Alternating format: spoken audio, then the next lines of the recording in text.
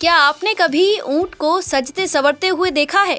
क्या कभी आपने ऊंट के ऊपर हाथी, घोड़ा, बैल और खरगोश को बैठे हुए देखा है?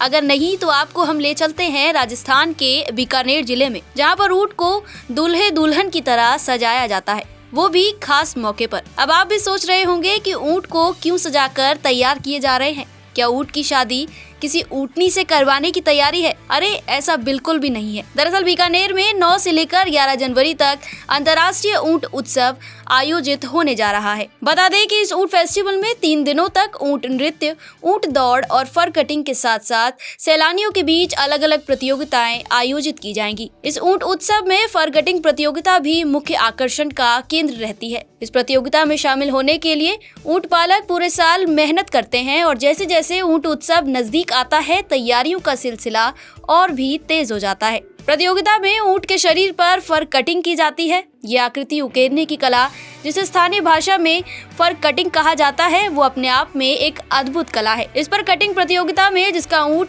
सबसे सुंदर और सजा हुआ दिखता है, उसे पहला पुरस्कार दिया जाता है। बीकानेर के निवासी और ऊंट पालक मोइन खान ने भी इस बार प्रतियोगिता में शामिल होने के लिए खास तैयारी की है। मोइन खान ने बताया कि हर बार फर कटिंग के जरिए कुछ नया करना पड़ता है ताकि पिछली बार से कुछ अलग नजर आए। इस बार ऊंट के पूरे शरीर पर राजस्थान की अलग अलग खासियत और महत्वपूर्ण चीजों को उकेरने का प्रयास किया गया है। इनमें घोड़ा, तोता, राजस्थानी घूमर, बाज और बैलों का जोड़ा और राजस्थान की संस्कृति को बखूबी दिखाया गया है। इसके अलावा मोइन खान ने बताया कि ये फर कटिंग बहुत ही बारीकी से की जाती है और इस काम में उनका परिवार पिछले 3 पीढ़ियों से जुड़ा हुआ है।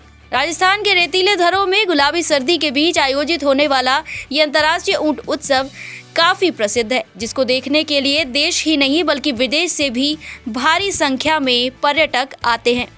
होती है जब हमारा ऊँट इनाम देता है तभी खुशी होती है, लोग इसकी फ़ोटो खींचते तभी खुशी होती है। और हमारी तीसरी पीढ़ी से ये काम चलता आ रहा है और हमें आज 30 दिन पूरे हो गए हैं। 6 तारीख को, पिछले 6 तारीख को, 6 दिसंबर को स्टार्ट किया था हमने और आज 6 जनवरी को हमारा 1 महीना पूरा हो जाएगा इसमें। और 10 तारीख को प्रतियोगिता है, 9, 10, 11 को कैमल फेस्टिवल है, उस दिन हम लेके जाएंगे 10 तारीख को कैमल फार्म।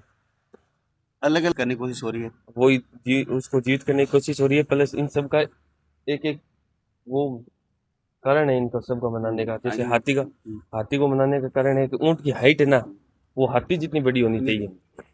और जो ये मोर है, उस मोर इसलिए हमने इस पे अंकित किया है कि ऊंट की खूबसूरती वैसी होनी चाहिए जैसे मोर होता है।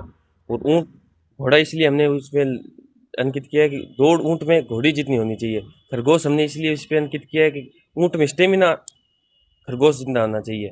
और वो बुल इसलिए हमने इस पर अंकित किया है कि ताकत उस जिसमें होनी चाहिए इसके अंदर। ऊंट हमने इसलिए अंकित किया है कि ऊंट तो ये ऊंट है, इसलिए ऊंट उस पर अंकित किया है संस्कृति को दर्शाने के लिए। और ये कालबेलिया नृत्य करती हुई महिला को हमने इसलिए अंकित किया है, वो 2-4 चीज़ तो संस्कृति के लिए। और ये सारी चीज़ें जितने भी जानवर हमने इस पर अंकित किए हैं वो सभी अंतर्राष्ट्रीय स्तर पर उनको दिखाने के लिए। और उन सभी की एक एक जो महत्वपूर्ण चीज़ होती है, जो विशेष चीज़ है, वो सभी ऊंट में होनी चाहिए।